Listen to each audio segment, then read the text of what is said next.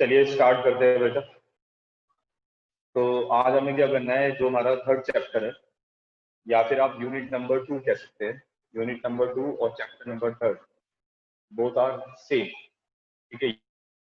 Unit number is current electricity. Unit number 2,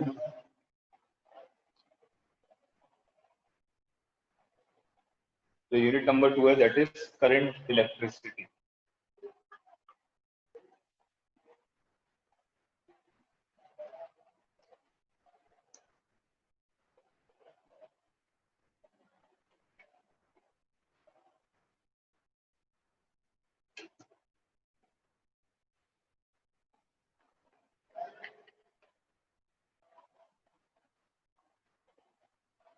ये unit number 2 है, या आप इसे चैप्टर नंबर 3 भी कह सकते हैं, ठीक है। और ये इसके अंदर ये जो पेपर में आती है यूनिट, ये 8 मार्क्स की आती है। 8 नंबर की यूनिट आती है बोर्ड में।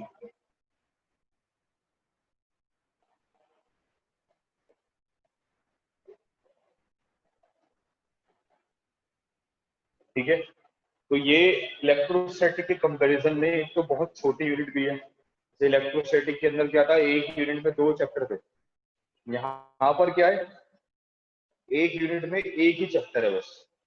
और इस चैप्टर को आप ज्यादा रिलेट कर सकते हैं, ज्यादा समझ सकते हैं, ज्यादा उसे एप्लीकेबल कर सकते हैं आसपास में, ठीक है।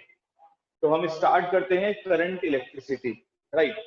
तो करंट इलेक्ट्रिसिटी क्या है, जैसे हमने कहा था इलेक्ट्रोस्टैटिक। इलेक्ट्रोस्टैटिक के अंदर क्या था, चार्ज हमेशा रेस्ट में रहेगा करता है।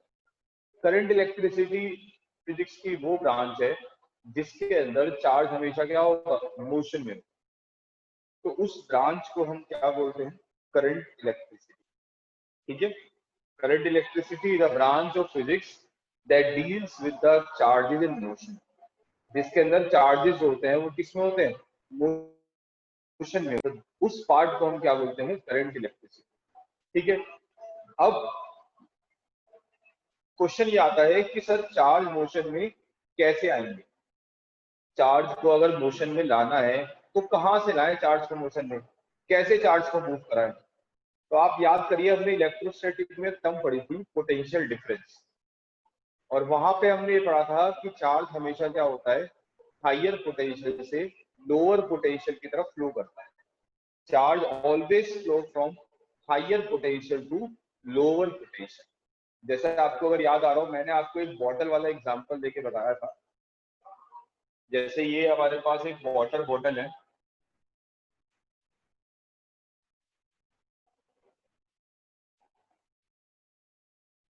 मैंने इसके अंदर वाटर इस हाइट तक भर दिया। ये वाटर कहीं भी फ्लो नहीं कर रहा, ना ये वाटर राइट में जा रहा, ना ये वाटर लेफ्ट में जा रहा। दैट मीन्स वाटर का मूवमेंट नहीं है, ठीक है। अब इसको इस तरह समझा गया कि वाटर का मूवमेंट इसलिए नहीं है क्योंकि इसके हर पॉइंट पर जो पोटेंशियल है वो क्या है, सेम है।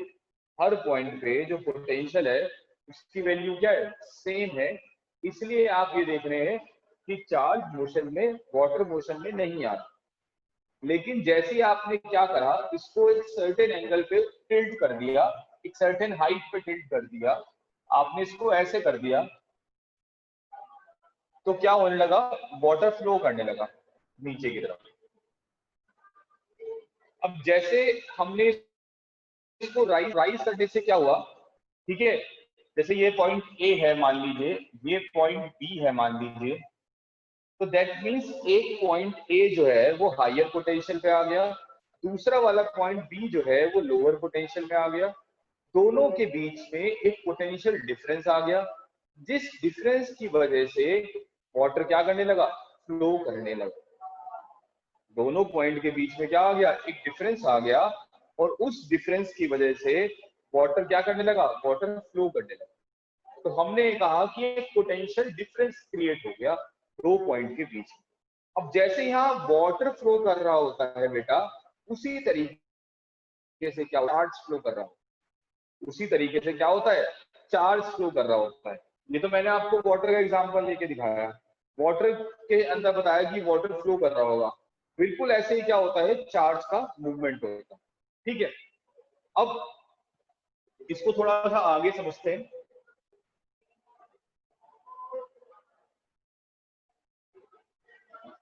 यहां पर हम स्टार्ट करते हैं टर्म को, दैट इज इलेक्ट्रिक करंट।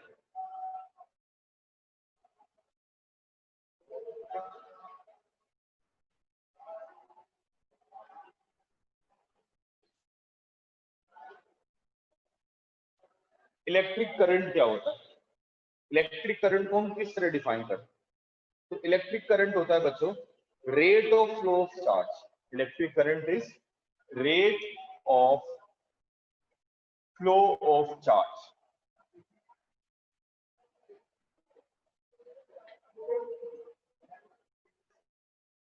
ठीक है, अब rate of flow of charge, एक मिनट, थ्रू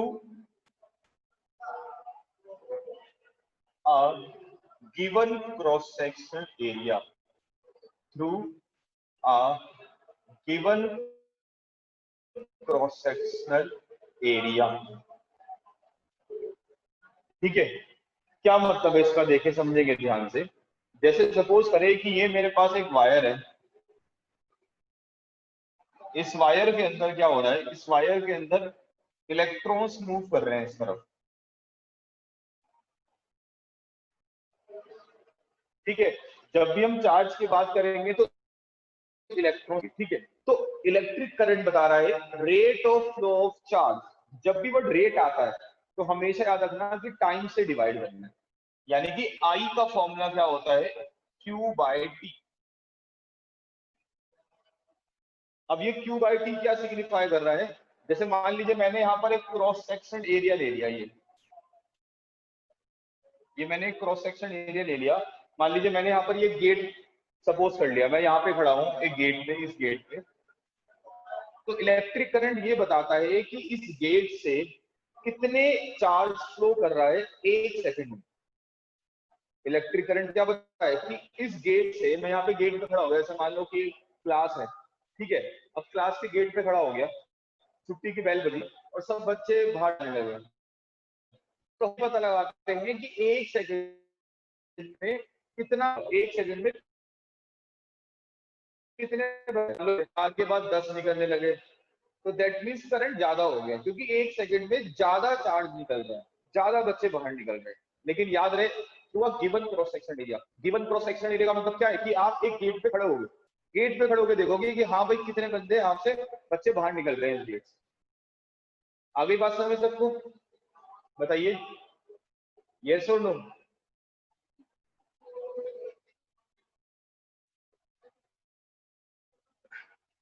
अब जो ये Q अपॉन T लिखा हुआ है, इस Q को हम NE भी लिख सकते हैं। This Q can be written as NE। तो यहाँ पे करंट का फॉर्मूला क्या हो गया, NE बाई टी। ठीक है, यहाँ N बता रहा है कितने इलेक्ट्रॉन लूज हुए हैं या गेन हुए, E बता रहा है इलेक्ट्रॉन का चार्ज। ठीक है, और जो करंट है उसकी ऐसा यूनिट होती है एम्पेयर।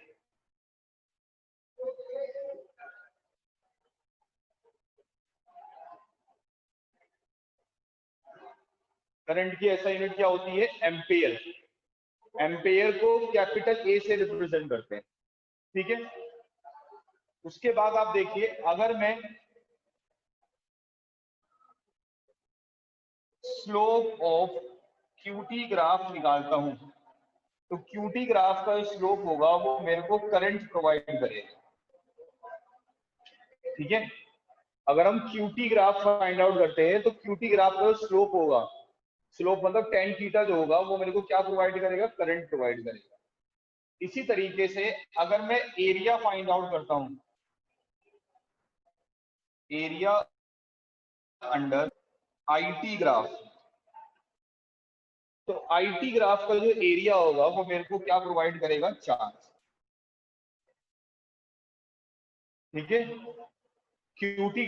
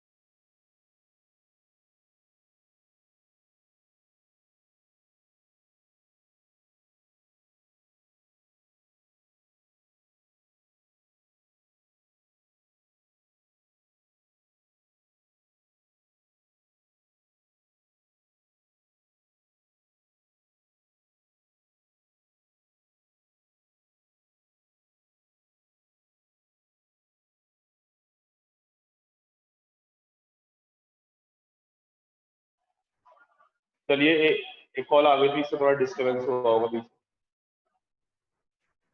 ये कॉपी करने से अपनी अपनी कॉपी में लिख लीजिए। एक कॉल आ गई थी जिसकी वजह से प्रॉब्लम हुई होगी।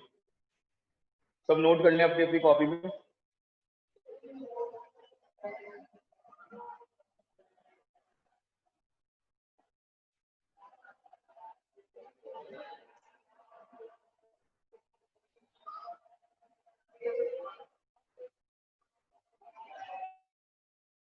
कर लीजिए बच्चों।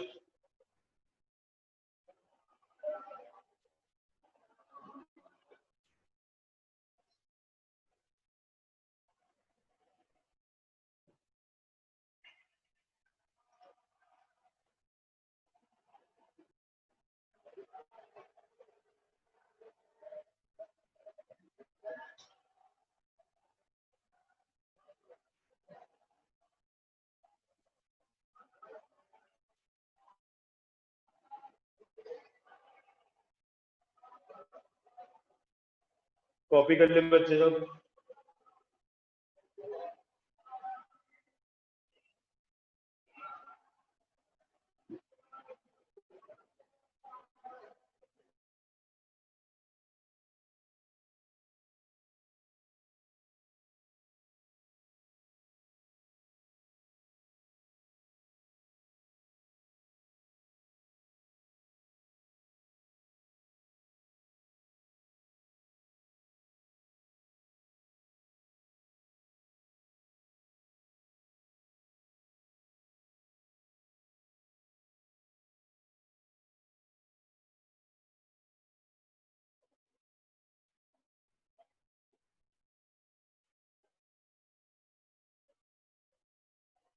ठीक है, सबने नोट कर लिया मेरे ख्याल से।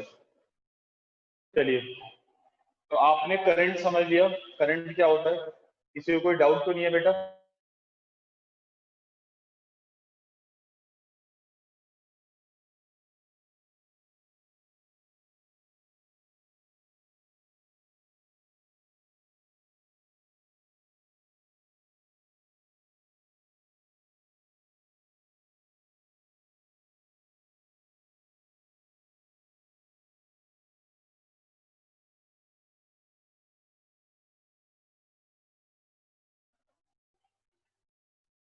ठीक है, देखिए करंट वेक्टर क्वांटिटी क्यों नहीं है, आप देखिएगा जो करंट है वो वेक्टर के लॉज को फॉलो नहीं करता है। Current does not follows the law of vectors.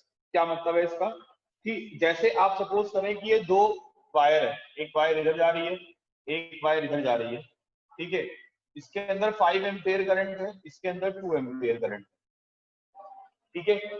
अब इन दोनों को मिला के यहाँ पर एक वायर जा रही है, इसके अंदर 7 एम्पियर करंट जा रहा है, ठीक है। अब आप ये देखो कि अगर मैं यहाँ पे एंगल कुछ भी कर लूं, मान लो यहाँ पे कोई भी एंगल है थीटा, कोई सा भी एंगल है 60 डिग्री 20 डिग्री कितना भी एंगल है, अगर मैं इसको चेंज करके ऐसे ले जाऊंगा तो तब भी क्या आंसर होगा, तब भी 7 एम्पियर करंट आंसर होगा। कहने का मतलब क्या है कि इसका जो आंसर आ रहा है वो थीटा पे डिपेंड नहीं कर रहा है, लेकिन आप पढ़ते हैं वेक्टर्स में जो रिजल्टेंट आता है जो होता है वो थीटा पे डिपेंड करता है। क्या फॉर्मूला होता है रिजल्टेंट का, under root A square plus B square plus 2ab cos theta, ये फॉर्मूला होता है रिजल्टेंट निकालने का। अगर आप थीटा चेंज करेंगे तो रिजल्टेंट भी चेंज करेगा, ऐसा करना चाहिए वेक्टर्स में। लेकिन आप ये देखो कि ये तो आंसर 7 ही आ रहा है, यानी कि इसका मतलब ये है कि करंट वेक्टर के लॉस को फॉलो नहीं कर रहा, और जो चीज वेक्टर के लॉस को फॉलो नहीं कर रही होगी आप उसे वेक्टर क्वांटिटी नहीं बोलेंगे। समझ में आ गई बच्चों बात? यस और नो? सबको क्लियर हो गया, बताइए बच्चे।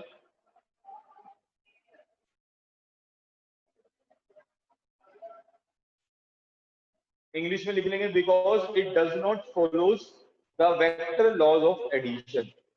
वो जो वेक्टर के लॉज होते हैं उनको फॉलो नहीं करता है करंट, इसलिए करंट जो है वो स्केलर वेक्टर क्वांटिटी नहीं है। अमन ये स्केलर नहीं है, इसे टेंसर क्वांटिटी कहा जाता है। अभी आप उसे रहने दो, टेंसर क्वांटिटी क्या होता है, ठीक है ना। बस ये बात याद रखो, करंट वेक्टर क्वांटिटी नहीं है। अगर एमसीक्यू में आएगा तो आंसर आपका नो होगा, या ट्रू और फॉल्स में आएगा तो।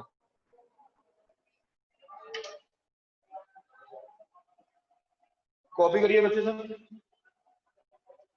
सब नोट कर लिया अपनी अपनी कॉपी में।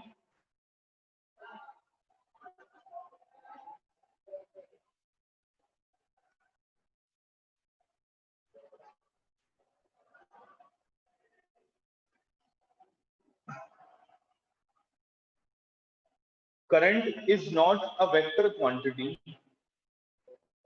because it does not follows the vector laws of addition.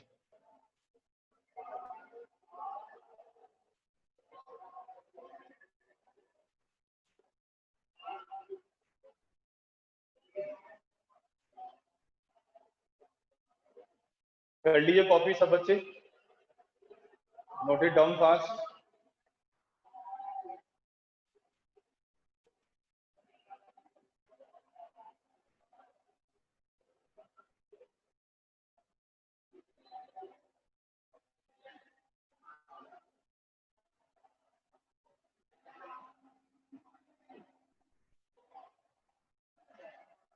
कर लिया सबने कॉपी मेरे ख्याल से, चलिए।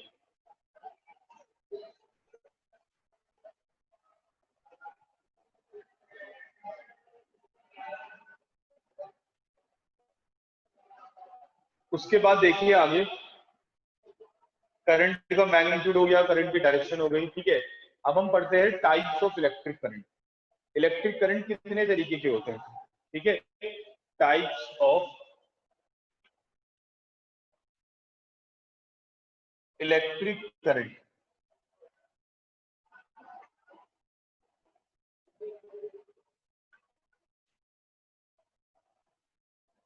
इलेक्ट्रिक करंट कितने तरीके के होते हैं, हमें ये देखना है। देखिए, इलेक्ट्रिक करंट को हम दो टाइप में कैटेगराइज करते हैं। एक तो होता है हमारे पास डायरेक्ट करंट, और एक होता है हमारे पास ऑल्टरनेटिंग करंट, ठीक है। दो टाइप में कैटेगराइज करते हैं। एक तो होता है हमारे पास डायरेक्ट करंट,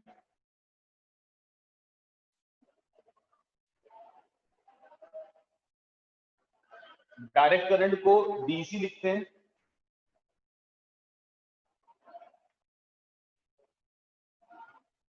डायरेक्ट करंट क्या होता है, डायरेक्ट करंट वो करंट होता है जिसका मैग्नीट्यूड और डायरेक्शन टाइम के रिस्पेक्ट में कांस्टेंट रहता है।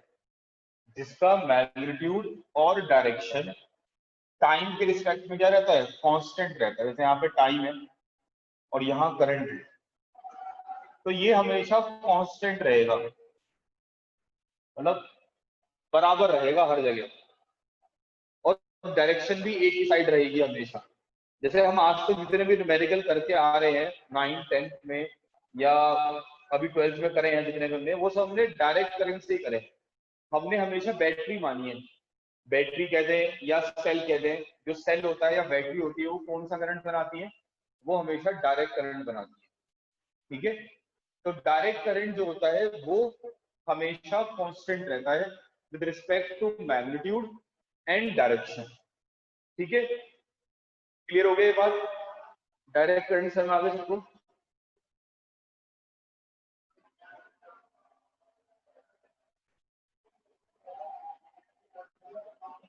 रजत, जो आप पल्स करंट कह रहे हैं वो ऑल्टरनेटिंग करंट का ही एक डिस्टिंग्विशन है, जिसको हम डिजिटल करंट बोलते हैं।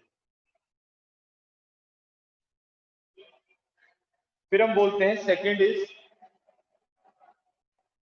Alternating current.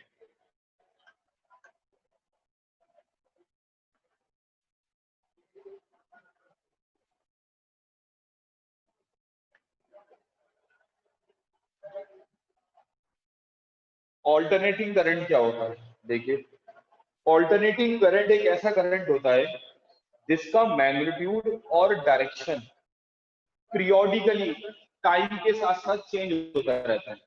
ऑल्टरनेटिंग करंट क्या होता है, ऑल्टरनेटिंग करंट वो करंट होता है जिसका मैग्नीट्यूड और डायरेक्शन पीरियोडिकली टाइम के साथ क्या होता रहता है, चेंज होता रहता है। उसको ऑल्टरनेटिंग करंट कहा जाता है। जैसे इस तरीके से,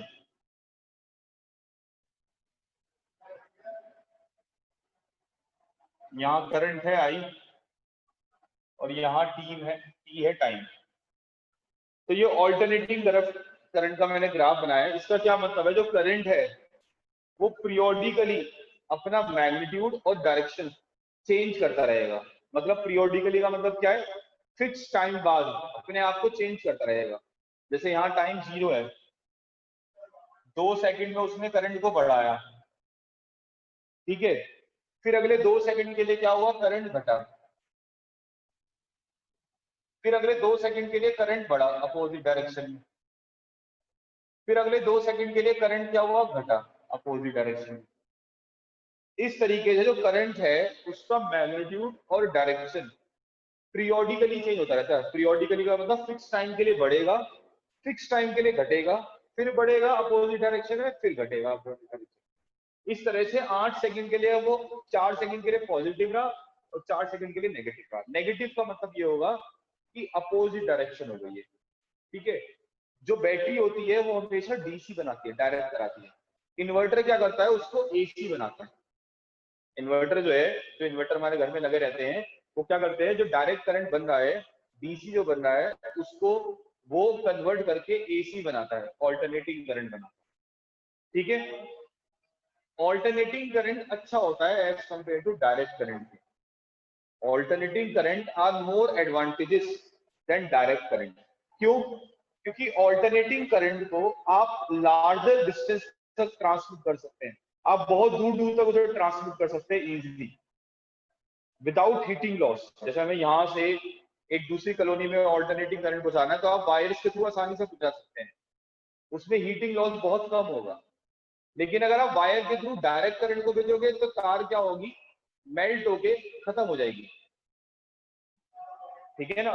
मेल्ट होके क्या हो जाएगी, खत्म हो जाएगी। अगर हम क्या करेंगे, डायरेक्ट करंट के थ्रू क्या करेंगे, वायर को भेजेंगे, ठीक है। उसके बाद ऑल्टरनेटिंग करंट का फायदा ये होता है कि आप ऑल्टरनेटिंग करंट को बढ़ा भी सकते हो, घटा भी सकते हो ट्रांसफार्मर की हेल्प से।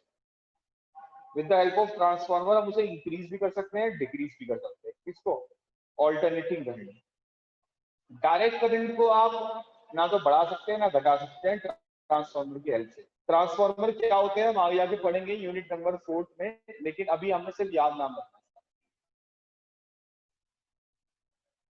ठीक है। क्लियर हो गया सबको? कर लीजिए बेटा, सब कॉपी कर लीजिए।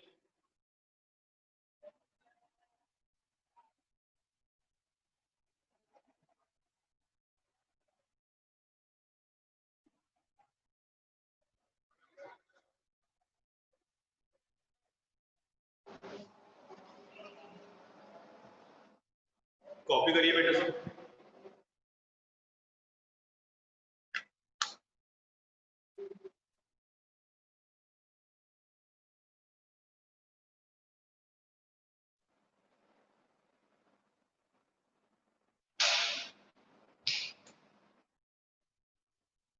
सब बच्चे कॉपी करें।